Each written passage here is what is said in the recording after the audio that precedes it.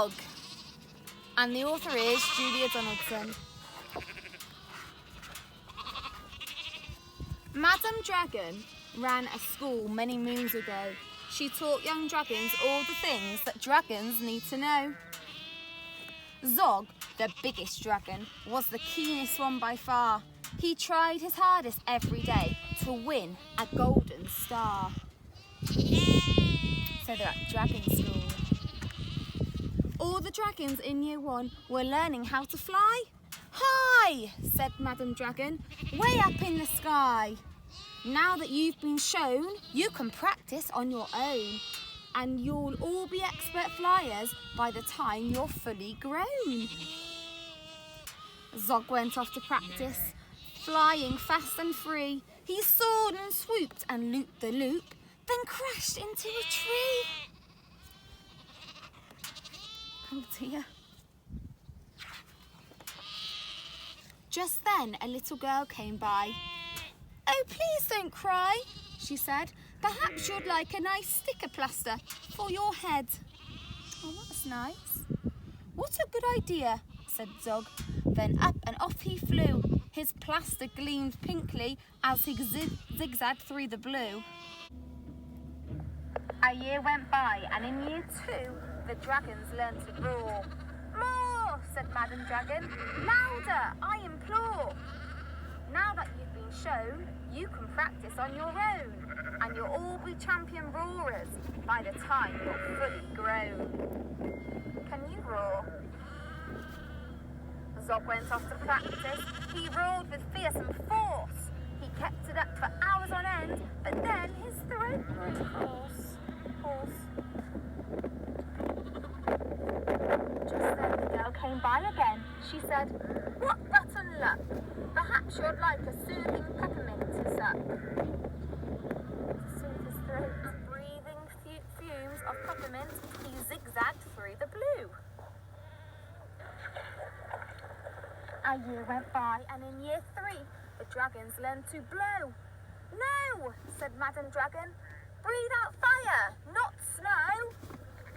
Now that you've been shown, you can practice on your own, and you'll all be breathing bonfires by the time you're fully grown. Zog went off to practice. He blew with all his might. He twirled around in triumph, and his wing tipped caught alight. Oh no, he's on fire. Just then the little girl came by again. She said, you poor old thing, perhaps you'd like a nice stretchy bandage for your wing. It's kind. What a good idea, said Zog. Then up and off he flew, his bandage flapping wildly as he zigzagged through the blue. It's a heron there, catching a fish. All the year 4 dragons were learning. Can you guess? Yes, said Madam Dragon. How to capture a princess. Now that you've been shown, you can practice on your own. You'll need to capture hundreds by the time you're fully grown. Ooh. Zog went off to practice. He tried and tried and tried, but he simply couldn't manage. I'm no good at this, he cried. I'll never win a golden star. Just then he saw the girl. Perhaps, she said, you'd like to capture me. I'm Princess Pearl. What a good idea, said Zog. Then up and off they flew, the princess gripping tightly as they zigzagged through the blue. Ah, said Madam Dragon, our first princess so far. Congratulations, Zog, my dear, you've won a golden star. Zog was proud and happy, and Pearl felt good as well. She took the dragon's temperature and nursed them when they fell. A year went by, and in year 5 the dragons learnt to fight. Right, said Madam Dragon, here comes a real live knight. Up spoke the knight. My name, he said, is Gadabout the Great. I've come to rescue Princess Pearl. I hope I'm not too late. Zog breathed fire and beat his wings. You can't, she's mine, he roared. Oh no, she's not, yelled Gadabout and waved his trusty sword. Uh-oh. The other dragons crowded round and watched them, all agog. Who was going to win the fight, Sir Gadabout or Zog? Going to win. The red squirrel's up in the tree. Then Princess Pearl stepped forward, crying, "Stop, you silly tramps! The world's already far too full of cuts and burns and bumps. Don't rescue me. I won't go back to being a princess and prancing round the palace in a silly frilly dress. I want to be a doctor and travel here and there, listening to people's chests and giving them my care."